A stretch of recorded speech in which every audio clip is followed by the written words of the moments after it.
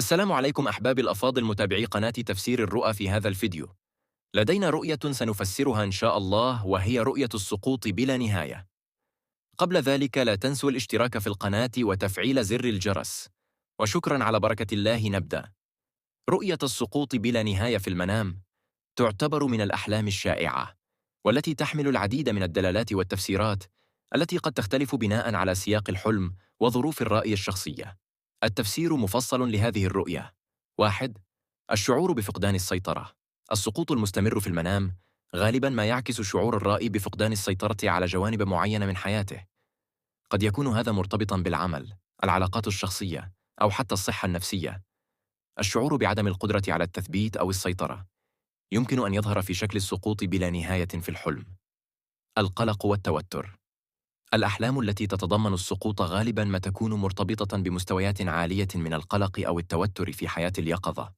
قد يعاني الرائي من ضغوطات متراكمة تشعره بالخوف من الفشل أو عدم القدرة على التعامل مع المسؤوليات الملقاة عليه. التغيير والتحول. السقوط يمكن أن يرمز أيضاً إلى مرحلة من التغيير أو التحول في حياة الفرد، مثل سقوط الأشياء القديمة للسماح بظهور جديدة. قد يكون الحلم مؤشراً على ضرورة التخلي عن عادات أو أفكار قديمة لمواكبة التطورات الجديدة. 4. الشعور بعدم الاستقرار.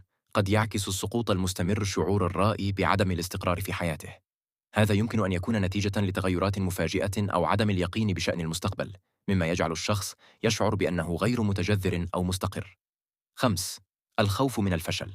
السقوط في الحلم قد يكون تعبيراً عن الخوف العميق من الفشل أو عدم تحقيق الأهداف المرجوة. هذا الخوف يمكن أن يكون حافزاً لتحفيز الذات على بذل جهد أكبر، أو على العكس قد يؤدي إلى الشعور بالإحباط والإحباط. 6. رموز الروحية. في بعض التفسيرات الروحية قد يرمز السقوط إلى رحلة الروح أو اختبار الإيمان. يمكن أن يكون الحلم دعوة للتأمل في الذات والبحث عن توازن داخلي أو استعادة الاتصال بالقيم الروحية. 7. التأثيرات الفسيولوجية. من الناحية الفسيولوجية يمكن أن تتسبب بعض الحالات الصحية، مثل اضطرابات النوم أو الإجهاد البدني، في ظهور أحلام السقوط. لذا من المهم أيضاً مراعاة الحالة الصحية العامة للرائي عند تفسير الحلم. إليك كيفية التعامل مع هذا الحلم: التأمل في مصادر التوتر. حاول تحديد المجالات في حياتك التي تشعر فيها بالضغط أو القلق، والعمل على تخفيفها. تعزيز الشعور بالسيطرة. اتخاذ خطوات عملية لتعزيز السيطرة على جوانب حياتك قد يساعد في تقليل تكرار مثل هذه الأحلام. ممارسة تقنيات الاسترخاء، مثل التأمل، اليوغا، أو التنفس العميق للتقليل من مستويات التوتر. التحدث مع متخصص. إذا كانت الأحلام تسبب لك قلقاً شديداً أو تؤثر على جودة حياتك، فقد يكون من المفيد استشارة مستشار نفسي أو مختص في تفسير الأحلام.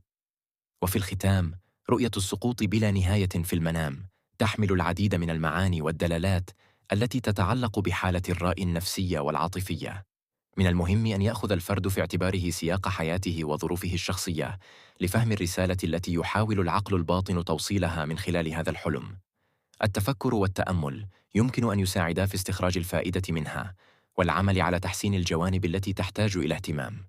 أقول: قولي هذا واستغفر الله لي ولكم، وآخر دعواي أن الحمد لله رب العالمين. لا تنسوا الاشتراك في القناة وتفعيل زر الجرس ليصلكم كل جديد، وشكراً.